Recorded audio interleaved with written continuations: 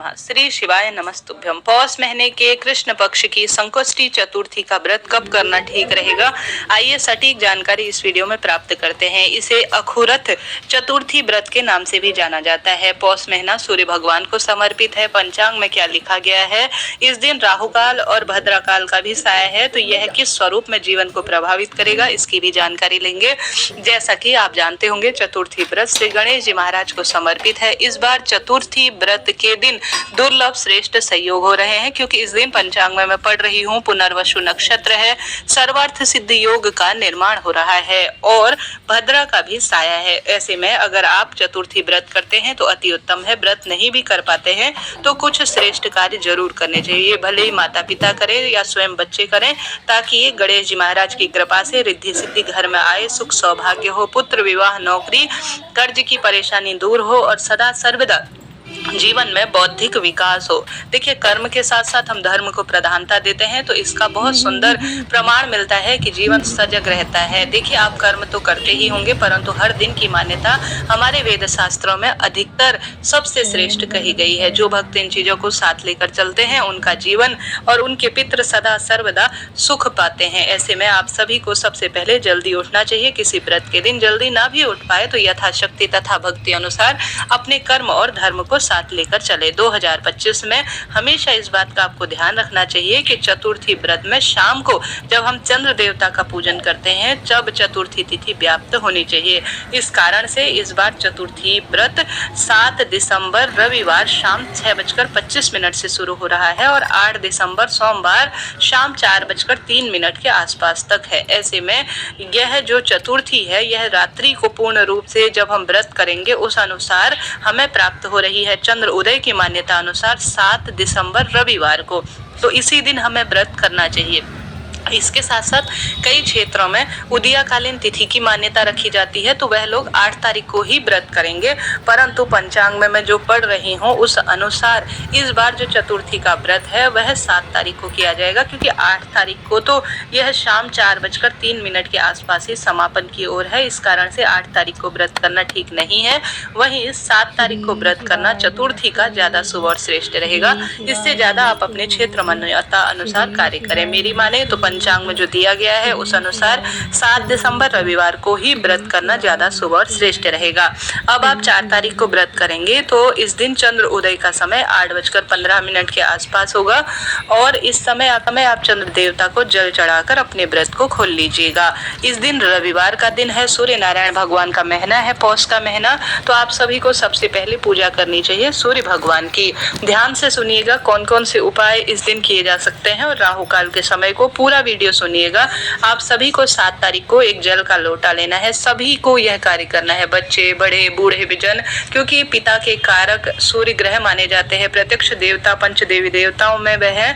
ऐसे में उनकी आराधना का यह दिन है। अच्छी नौकरी, विवाह, रोग, कर्ज के लिए जल के लोटे में ओम घृणी सूर्याय नमः, सूर्य देवता की जय कहते हुए जल के लोटे में लाल फूल, लाल चंदन, अक्षत के कुछ दाने डालकर तांबे के लोटे में लाल वस्त्र धारण कर आपको पूर्व या उत्तर दिशा की ओर मुख करते हुए जल चढ़ाना चाहिए। भले ही सूर्य देवता दिखाई ना दे, परंतु नियम बांध दीजिए कि जल आप इस महीने रोज चढ़ाएंगे।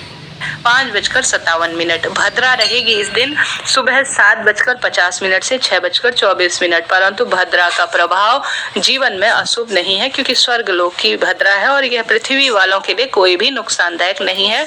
तो चिंता टेंशन बिल्कुल ना करें। प्रातःकाल पूजा का शुभ समय सुबह 5:39 से 7:01, शाम की पूजा का समय 5:24 से 8:15। राहु काल के अशुभ समय को छोड़कर आप पूरे दिन भर में श्रेष्ठ और शुभ काम की शुरुआत कर सकते हैं। हालांकि राहु काल में पूजा पाठ या राहु से संबंधित, शनि से संबंधित चीजों का दान करना श्रेष्ठ माना जाता है। राहु काल का शुभ समय शाम 4:30 से 6 बजे तक हो रहा है। जैसा मैंने इस दिन आपको विदित कराया, इस दिन पुनर्वसु नक्षत्र, सर्वार्थ सिद्ध योग, सौभाग्य सुंदरी व्रत का सबसे श्रेष्ठ दिन है। इस दिन भाग्य की रेखाएं निश्चित रूप से प्रबल होने ही वाली हैं। अब आपको उपाय कैसे करना है, जैसे कि हारी बीमारी से तंग है तो सिद्धि विनायक गणेश जी का नाम लेकर आप सभी को लेना है शहद। शहद का संबंध सूर्य भगवान अर्थात रवि ग्रह से, सूर्य ग्रह से भी माना जाता है। आप सभी लीजिए शहद और दुर्वा लीजिए। दुर्वा आप सभी 2 की संख्या में ले सकते हैं, कम ज्यादा जितनी भी व्यवस्था हो उतनी आप ले लीजिए। और कुछ दाने आप गेहूं के ले लीजिए। आप चले जाए महादेव के मंदिर में, जहां पर शिवलिंग पर महादेव जो है विराजित है। उनके स्क्रीन पर आप देख पा रहे हैं गणेश जी का स्थान कहाँ है। मेरे बच्चों के विवाह हो, नौकरी, कर्ज, परेशानी, दुख, दारिद्रता का अंत हो और हर कार्य में रिद्धि सिद्धि हो, ऐसी प्रार्थना कर कर गणेश जी के स्थान पर सबसे पहले आप शिवलिंग पर जल चढ़ाएं, दीपक लगाएं। नाम आपको लेना है सिद्धि विनायक गणेश जी की जय, ऐसा मन में प्रार्थना करते हुए जो गणेश जी का स्थान है सबसे पहले वहां पर आपको शहद का लेपन करना है और उसी स्थान पर गेहूं चढ़ाने हैं और उसी स्थान पर आपको दुर्वा चढ़ानी है। साथ ही यही कार्य आपको शिवलिंग पर करना है। शिवलिंग पर शहद समर्पित करना है, उसी के ऊपर गेहूं समर्पित करने हैं। सिद्धि विनायक गणेश जी की जय, महादेव की जय कहते हुए दुर्वा घास भी आपको समर्पित कर देनी है। इस तरह से इन 2 स्थानों पर जो भी चतुर्थी व्रत के दिन सिद्धि विनायक गणेश जी का नाम लेकर श्रेष्ठ और शुभ काम करता है, उसका जीवन सदा सर्वदा खुशियों से बना रहता है। यह कार्य करें। इसके साथ साथ आप सभी इस दिन गणेश जी की विशेष पूजा आराधना करें। गणेश जी को दुर्वा घास 5 की संख्या में आप गणेश जी को दुर्वा चढ़ा सकते हैं। महादेव की विशेष भक्ति करें और साथ के साथ गणेश जी को मोदक, लड्डू इत्यादि का भोग लगाएं। गणेश जी महाराज को यह चीजें बहुत ही प्रिय हैं। और साथ के साथ आप गणेश जी के नाम मंत्र का स्मरण कर सकते हैं, गणेश स्रोत का पाठ कर सकते हैं, लाभ देता है। और साथ के साथ आप गणेश जी के प्रिय वाहन मूषक इत्यादि कहीं पर हैं तो उनके लिए आप दाना पानी की व्यवस्था भी करवा सकते हैं, यह भी लाभ देने वाला कार्य माना जाता है। तो यह कार्य आप जरूर करें। इसके साथ साथ गुरुजी चतुर्थी व्रत के दिन एक कार्य बताते हैं, वह बताते हैं 9 शमी के पत्ते का। आप महादेव के मंदिर जाएं, 9 शमी के पत्तों में से 5 शमी के पत्ते आप गणेश जी के स्थान पर समर्पित कर दीजिए। बचे हुए 3 शमी के पत्ते शिवलिंग पर चढ़ा दीजिए। इस कार्य को करते हुए आपको विशेष नाम लेना है मयूर ध्वज गणेश जी की जय। 9 शमी के पत्ते 5 गणेश जी के स्थान पर, 3 आपको शिवलिंग पर चढ़ानी है, 1 शिव मंदिर की चौखट पर चढ़ानी है। और आपको शिव मंदिर की चौखट पर दीपदान करना है और शिवलिंग के आसपास दीपदान करना है। मयूर ध्वज गणेश जी की जय कहते हुए जो भी चतुर्थी व्रत के दिन 9 शमी के पत्ते शिवलिंग के आसपास चढ़ाता है, उसका जीवन सदा सर्वदा खुशियों से बना रहता है। तो यह कार्य आप जरूर कीजिएगा।